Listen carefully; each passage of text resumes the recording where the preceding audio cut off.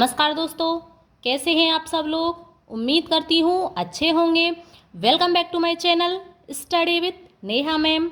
आज मैं आपके लिए लेकर आई हूँ अव्यय। अव्यय किसे कहते हैं, बहुत ही सरल, बहुत ही आसान तरीके से आज हम इनको पढ़ेंगे। आपको एक बार में ही बहुत ही अच्छे से ये समझ आ जाएंगे।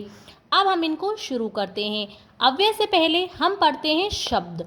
शब्द दो प्रकार के होते हैं, विकारी और अविकारी। विकारी जो लिंग, वचन आदि के अनुसार बदल जाते हैं उन्हें विकारी शब्द कहते हैं। सभी संज्ञा, सर्वनाम, विशेषण, क्रिया आदि शब्द विकारी शब्द कहलाते हैं। जैसे बालकः, बालिका। बालक पुल्लिंग, बालिका स्त्रीलिंग। पठति, पठन्ति। पठति एकवचन, पठन्ति बहुवचन।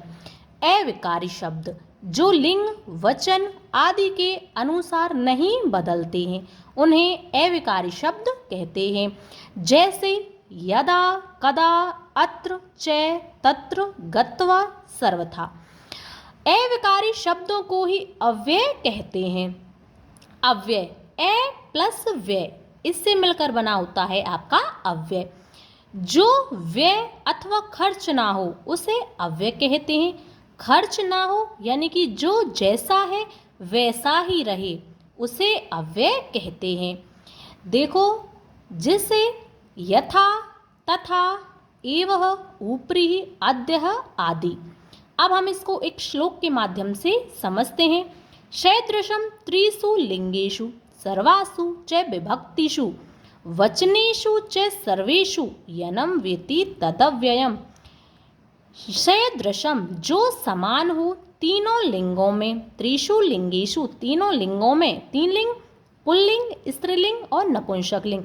सर्वासु च विभक्तिषु और सभी विभक्तियों में। विभक्ति कितनी होती हैं? विभक्ति होती हैं 7। वचनेषु च सर्वेषु और जो सभी वचनों में समान हो, एक वचन, द्विवचन और बहुवचन। यनम वेति तदव्ययम वही अव्यय होते हैं। जो तीनों लिंगों में, सभी विभक्तियों में और सभी वचनों में समान हो उनको कहते हैं हम अव्यय। अब हम इनको उदाहरण के माध्यम से समझते हैं।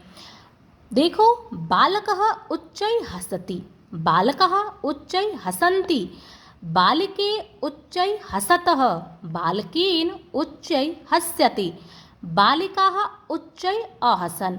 अब देखो, इसमें कर्ता बालक एक वचन, बालकाः बहुवचन, बालिके स्त्रीलिंग द्विवचन, बालकेन ये भाववाच्य है, बालिकाः ये हो गया आपका यहाँ पर बहुवचन स्त्रीलिंग में।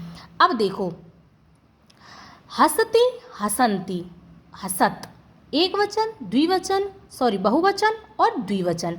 हस्यते भाववाच्य, अहसन ये हो गया आपका भूतकाल में।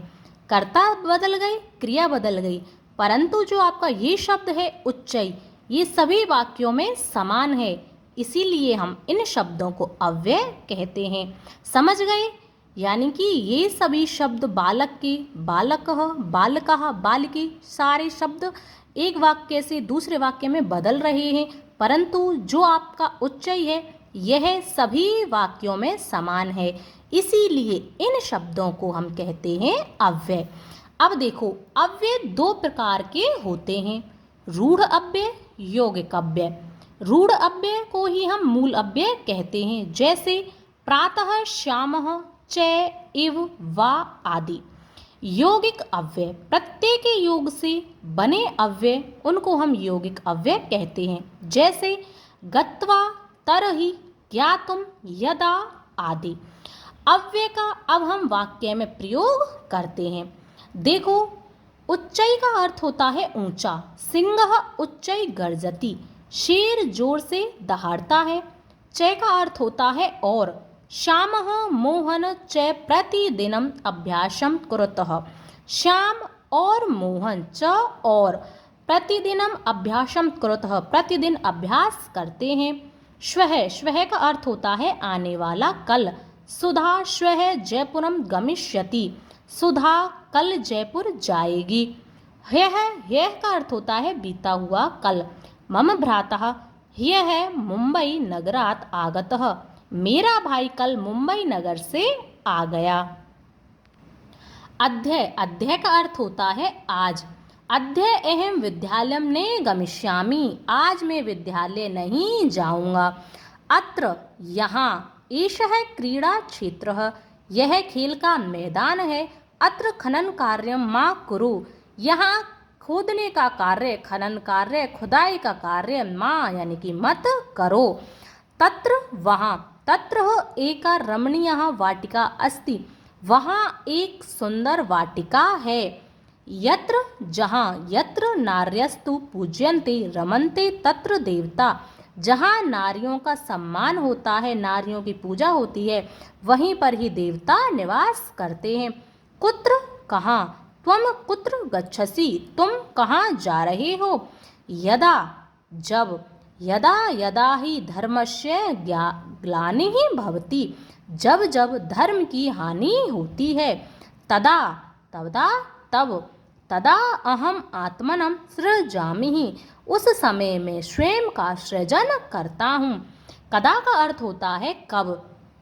मोहन कदा आगमिष्यति, मोहन कब आएगा। सहसा का अर्थ होता है अचानक। वानरः सहसा कूर्दित्वा वृक्षम आरूढ़ है, यानी कि बंदर अचानक से कूद करके वृक्ष के ऊपर, पेड़ के ऊपर चढ़ गया। वृथा, व्यर्थ। केचित् मेघा वृथा एव गर्जन्ति, कुछ बादल व्यर्थ ही गरजते हैं। शनै का अर्थ होता है धीरे। कच्छपः शनै शनै चलति, जो कछुआ होता है धीरे धीरे चलता है।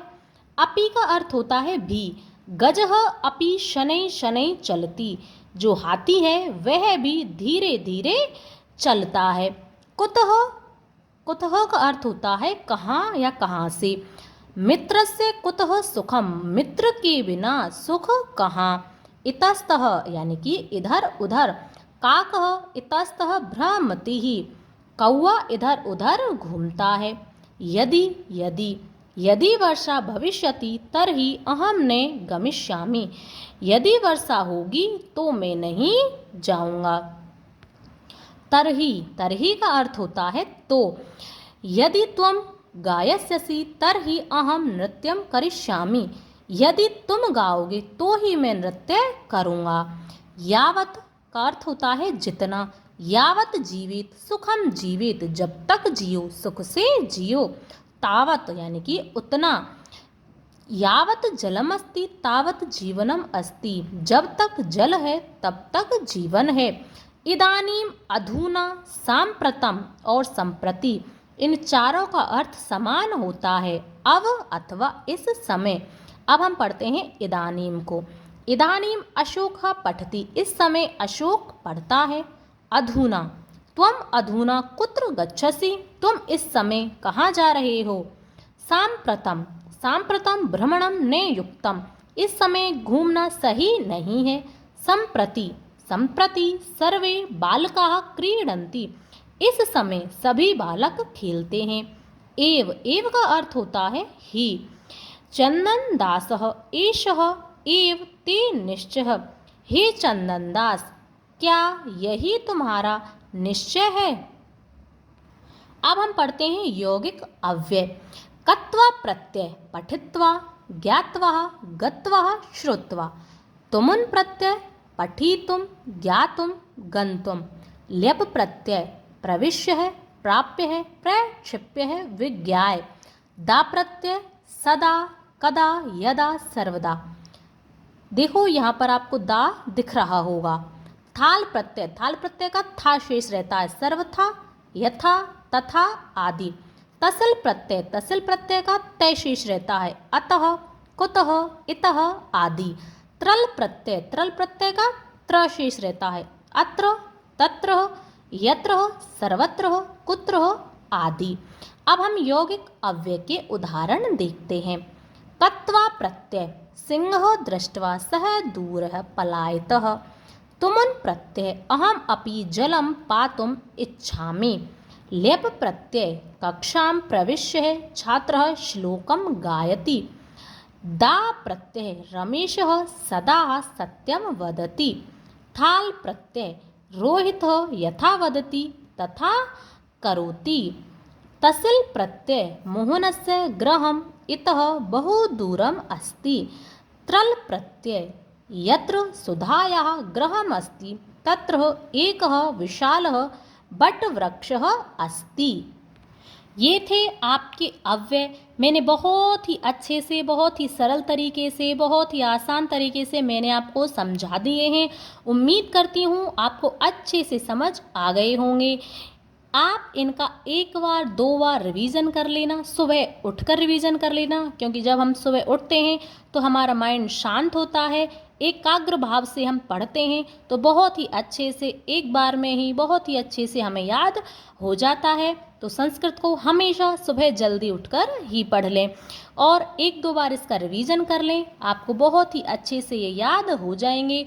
यदि वीडियो अच्छा लगा हो, पढ़ाने का तरीका अच्छा लगा हो तो वीडियो को लाइक करें, शेयर करें और चैनल को सब्सक्राइब अवश्य कर लें। यदि पढ़ाने का तरीका थोड़ा सा भी पसंद आता है तो अच्छे अच्छे कमेंट्स करें। अब हम मिलेंगे नेक्स्ट वीडियो में, तब तक के लिए धन्यवाद।